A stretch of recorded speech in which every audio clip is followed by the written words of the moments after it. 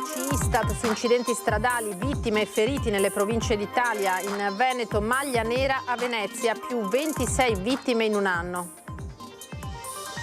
Portogruaro, schianto frontale tra un'auto e un tir nel pomeriggio verso le 15 lungo la tangenziale Odorico, un ferito grave, traffico deviato, sul posto vigili del fuoco e polizia locale. Un regolamento di conti legato allo spaccio all'origine delle bombe Molotov lanciate a Marghera contro 2 auto e a Mestre. Tornano i negozianti sentinella contro il crimine. I borseggiatori a Venezia sono ovunque, servono i militari a denunciarlo per l'ennesima volta. È Monica Poli, famosa anche come Lady Pickpocket. Spacchiamo il silenzio, la performance itinerante contro la violenza sulle donne, andata in scena a Mestre in piazza Ferretto. Prima domenica ecologica a Mestre, 174 veicoli controllati, 7 multe. Si tratta della prima delle 7 giornate green previste fino ad aprile 2025. Il palio delle antiche repubbliche marinare stregato per Venezia, che si piazza soltanto terza, vince la padrona di casa Genova per il terzo anno consecutivo e sale a 13 successi dal 1956 a oggi. Buonasera, bentrovati, eccoci in diretta con l'edizione di Venezia dei nostri telegiornali. Partiamo innanzitutto dal sondaggio che vi stiamo sottoponendo oggi in vista della nostra trasmissione di prima serata Ring. E si verte e si basa su questo tema, sulla decisione del Ministero dell'Economia di mettere allo studio l'introduzione di un prelievo sugli extra profitti delle banche. Provvedimento che spaccherebbe però il governo, roba da Unione Sovietica, ha detto il vice premier Tajani, e dunque è scontro Lega-Forza Italia. È giusto secondo voi allora tassare le banche? Per rispondere di sì 0422 1626 691, per rispondere di no 0422 1626 690. I risultati come sempre questa sera in diretta a Ring a partire dalle 21. Ora andiamo ai dati ACI Istat sugli incidenti stradali, le vittime e i feriti nelle varie province italiane, con Venezia che in Veneto è la maglia nera. La maglia nera in Veneto per numero di incidenti stradali, vittime e feriti la porta Venezia. Lo rivelano i dati ACI Istat relativi al 2023 comparati a quelli dei 2 anni precedenti.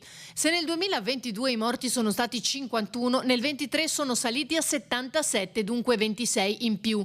I feriti sono passati da 3.196 a 3.227. Il numero totale di incidenti è lievemente diminuito, passando invece da 2.384 a 2.348.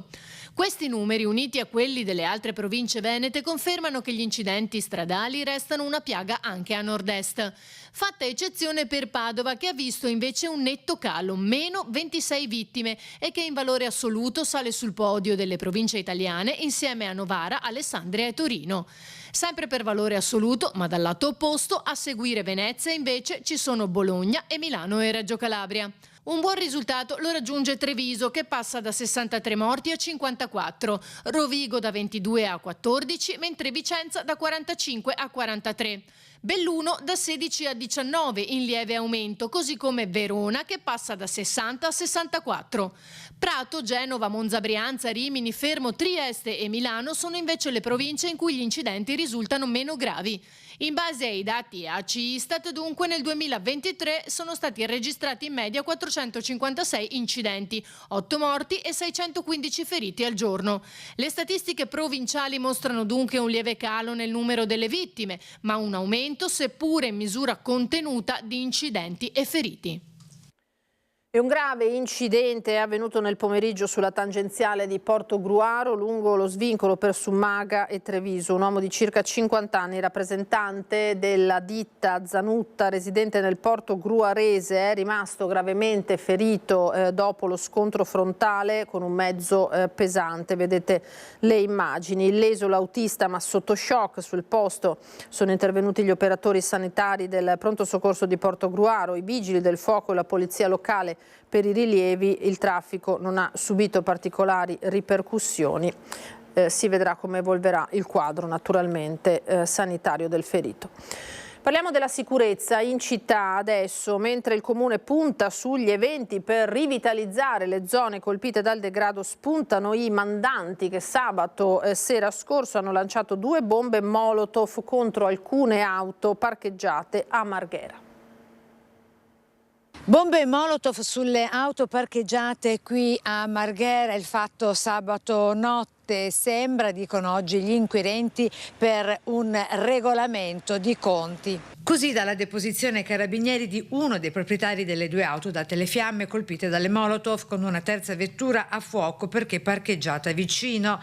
Me l'aspettavo, sono stati dei miei connazionali con cui ho dei conti in sospeso. Le parole dette agli inquirenti da un cittadino tunisino, esplicitando le ragioni della vendetta ritorsiva. Motivi di droga. Lei abita qua dove hanno dato fuoco qui in alle zona, auto? sì. Quando ho saputo delle auto, cosa ha pensato?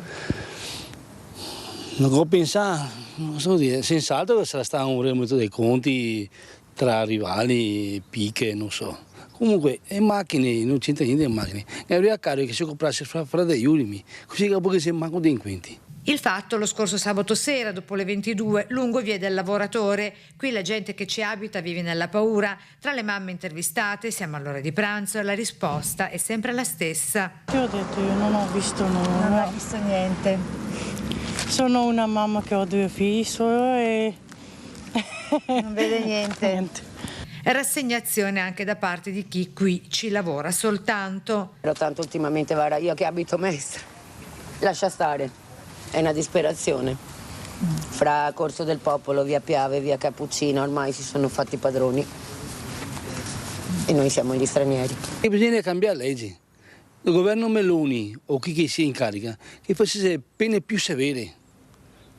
Pene più severe, perché non è giusto che mi va fuori alle 9 della sera, ad avere paura di quello che trovo per strada. Imminente il prossimo vertice in prefettura sull'ordine e la sicurezza, immediata la risposta del comune che contro la criminalità punta sugli eventi e sui negozianti, storiche sentinelle della città, così l'assessore di reparto Costalonga. Perché lo spaccio è crimine. Annuncia le misure invernali della pedonalizzazione di via Piave nei prossimi mesi, nelle 3 domeniche del 20 ottobre, 17 novembre e 22 dicembre, dalle 8 alle 20. Chiuderemo tutta la via, la strada verrà chiusa dalle 10 del mattino fino alle 20 di sera, dove le persone si riappropriano della propria strada, del proprio territorio. È un modo per far sentire la presenza delle istituzioni e far presenza dei cittadini e cacciare chi delinque.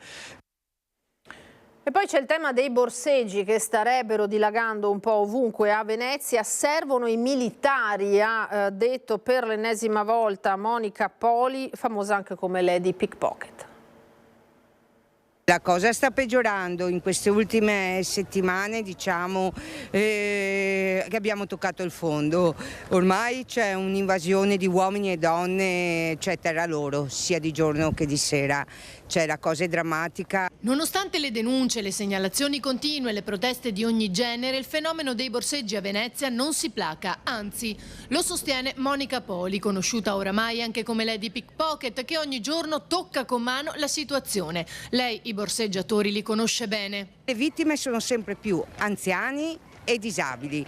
L'altro giorno in Rio Marin una borseggiatrice aveva già in mano il portafoglio di una coppia di turisti tedeschi, lei 83 anni e lui 88, che erano venuti qui per il loro anniversario. Cioè basta, la situazione è incontrollabile. Le forze dell'ordine, lo sappiamo benissimo, non hanno poteri. Quante denunce devono avere queste persone per entrare dentro in carcere? Cioè basta, siamo stufi. In altri paesi, dice, le azioni nei confronti dei borseggiatori ci sono. Ci sono stati 9 arresti in Olanda e in Spagna, addirittura è stato chiuso un ostello Meta dove vivevano i borseggiatori. Qui abbiamo addirittura le borseggiatrici che alloggiano a Montegrotto Terme. Le zone vanno presidiate in Calzapoli. Ferrovia, Piazzale Roma, San Tomà, Accademia, Calle Valaresso e Fondamente Nuove, ecco, che sono i pontili presi più d'assalto. Borseggiano davanti alla luce del sole, senza ritegno, cioè non gliene frega niente, sanno che restano impuniti. Così come quando aggrediscono i dipendenti ACTV e per cui ormai, dice Poli, sembra che nessuno prenda più una posizione. Non ho sentito nessun sindacato riguardo la tutela degli operatori della CTV che vengono presi, l'ultima aggressione è quella della bottigliata, vengono con lo spray peperoncino, sputi, insulti e nessun sindacato ha preso posizione e questa cosa qui è vergognosa. E ora lo spazio dedicato alle vostre segnalazioni con un veneziano preoccupato per lo stato delle rive in zona fronte stazione Santa Lucia. La causa, dice, è il moto ondoso. Il moto ondoso, i flussi di marea piano piano stanno rovinando le rive e stanno scavando sotto. E quello che si vede normalmente sulle rive e sui canali nei momenti di bassa marea, ma qui alla stazione si può vedere proprio come il piano di calpestio si stia gradatamente abbassando sempre di più. La segnalazione arriva da un veneziano che da tempo nota come l'acqua della laguna stia creando danni notevoli lungo queste rive. Ai lati del piazzale è perfettamente alla pari dello spigolo del marmo, al centro sono almeno 10 cm in meno che il piano di calpestio si è abbassato. Di solito quando questo accade vuol dire che sotto si sta svuotando, vuol dire che il terreno sottostante che dovrebbe sostenere il piano di calpestio si sta svuotando attraverso delle fessure che ci saranno sotto le rive che col movimento, con le correnti di marea un po' alla volta portano fuori i sedimenti, portano fuori il terreno, si creano delle voragini e il piano di calpestio che è sopra un po' alla volta cede. E tutto questo accade qua davanti alla stazione da 2 anni e nessuno dice nulla. Qualche lavoro di manutenzione è stato fatto, ma sembra con scarsi risultati. Quando ha ceduto poco avevano coperto con del cemento, come in questo qui vicino a noi il cemento si è già sgretolato, quello che avevano messo in origine si vede subito che non ha tenuto, si è sgretolato. Il timore è che questa, come altre zone, possano cedere. Bisognerebbe fare delle verifiche se in realtà sotto, come penso io, ci sono delle caverne vuote che rischiano prima o dopo di crollare definitivamente. Credo che questa città abbia superato di gran lunga il punto massimo di non ritorno. Spacchiamo il silenzio è il titolo della performance itinerante contro la violenza sulle donne che è andata in scena sabato scorso a Mestre in piazza Ferretto. Combatti per le loro ali, quelle per cui mi hanno ucciso. Lotta affinché siano libere e volino più in alto di me. Uno spettacolo di danza con letture e racconti di testimonianze, poi le poesie, una su tutte, quella di Cristina Torre Cáceres, divenuta virale dopo il femminicidio di Giulia Cecchettin. Perché vivano senza paura, mamma, proprio come ho vissuto io. Se domani tocca a me, mamma, se domani non torno. E ancora i cartelli con impresso nome e cognome delle vittime e con la data del femminicidio. Spacchiamo il silenzio, il nome del flash mob itinerante che dopo Verona ha fatto tappa a Mestre, iniziativa di sensibilizzazione contro la violenza di genere. Il bianco rappresentava le anime volate al cielo, mentre il nero era il nero delle ragazze che erano vestite di nero rappresentava la speranza, quel prato fiorito. Infatti loro avevano il fiore che voleva proprio rappresentare quella speranza di trovare il prato fiorito. Una performance dai contenuti forti, intensi, a tratti anche innegabilmente molto dolorosa, attorno alla quale tutta la gente presente in quel momento in piazza Ferretto ha fatto cerchio. E il motivo è quello di tenere alta la consapevolezza nella cittadinanza sul fenomeno contro la violenza sulle donne, che non deve esaurirsi con il 25 di novembre, ma deve essere un lavoro costante, quotidiano, che coinvolge ed è modo per dare voce alle ferite a morte ed è modo per dare voce alle donne che sono ancora oggi in difficoltà.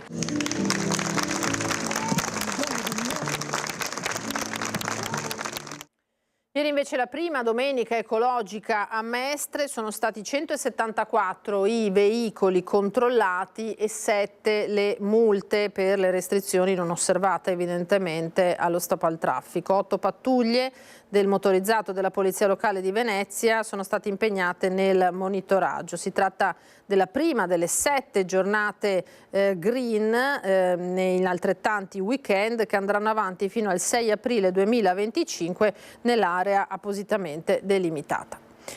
E Genova, cambiamo tema, Genova ha dominato per il terzo anno consecutivo la sfida ai remi tra galeoni nella 69esima edizione del Palio delle Antiche Repubbliche Marinare. Continua il dominio assoluto di Genova al Palio delle Antiche Repubbliche Marinare. Nelle acque di casa sul campo di gara di Pra, il galeone della città ospitante ha vinto la 69esima edizione della competizione di canottaggio con pieno merito e un grande distacco, sia per la gara maschile che in quella femminile. Lo stesso finale, che per il maschile si ripete da ormai 3 anni con Genova vincitrice. Venezia si è dovuta accontentare del terzo posto dietro i campioni di Genova e all'ottimo secondo posto del giovane equipaggio di Pisa in piena ricostruzione, lasciandosi alle spalle solo Amalfi.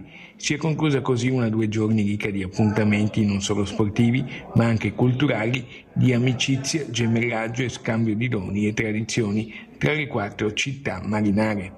Venezia, che guida l'Albo d'Oro con 34 successi, seguita da Amalfi e ora anche da Genova con 12 e Pisa con 8, è a digiuna di vittorie dal 2019, quando la gara si disputò proprio a Venezia. Gli uomini hanno ribadito la loro grande capacità attraverso l'esperienza che hanno acquisito negli ultimi anni, quindi a loro un grande ringraziamento che va al di là di quello che è il risultato ottenuto, che è un terzo posto. A Venezia diciamo che ogni regata ha una sua storia e questa è una sua storia. Chiuso il capitolo, ci rivedremo il prossimo anno sicuramente ancora più carichi. Il delegato del sindaco alle tradizioni Giovanni Giusto vede comunque il bicchiere mezzo pieno al termine della spedizione. Nel femminile Venezia si è piazzata quarta, ma con ampi margini di crescita per il futuro. La manifestazione è nata e si è disputata per la prima volta nel lontano 1956. Non si è disputata solo nel 2020 causa Covid. Prossimo appuntamento ad Amalfi nel maggio 2025 per l'edizione numero 70. Venezia ha dimostrato comunque, se mai ce n'era bisogno, di essere sempre all'altezza, sia nella regata femminile che nella regata maschile. Quindi nei prossimi anni avremo grosse sorprese attraverso l'equipaggio femminile. È tutto, grazie per essere stati con noi. Adesso le previsioni del tempo. Una buona serata, arrivederci.